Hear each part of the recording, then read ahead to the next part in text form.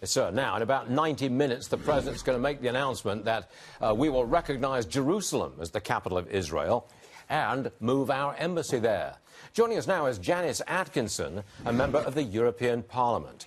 Janice, what's the reaction in Europe? So far, I've seen a hostile reaction to this.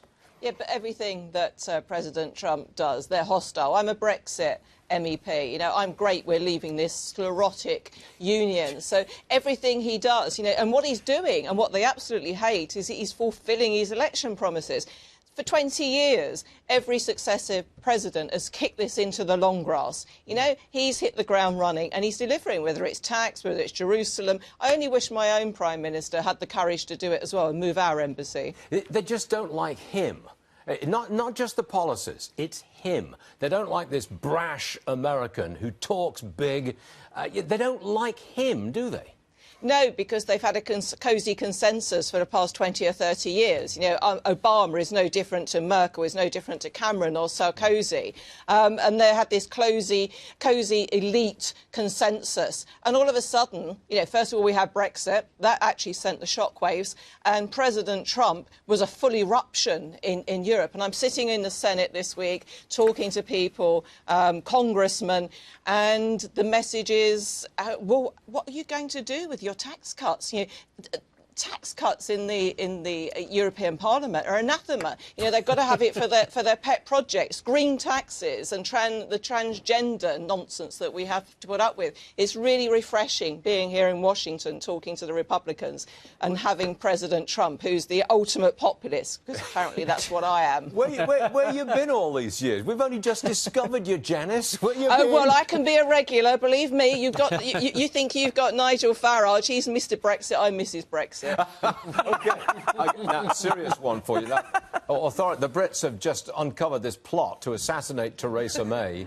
At the same time, they're being told, yeah, get tougher on terrorism. I take it that the terror threat is still very much alive and living in England at the moment.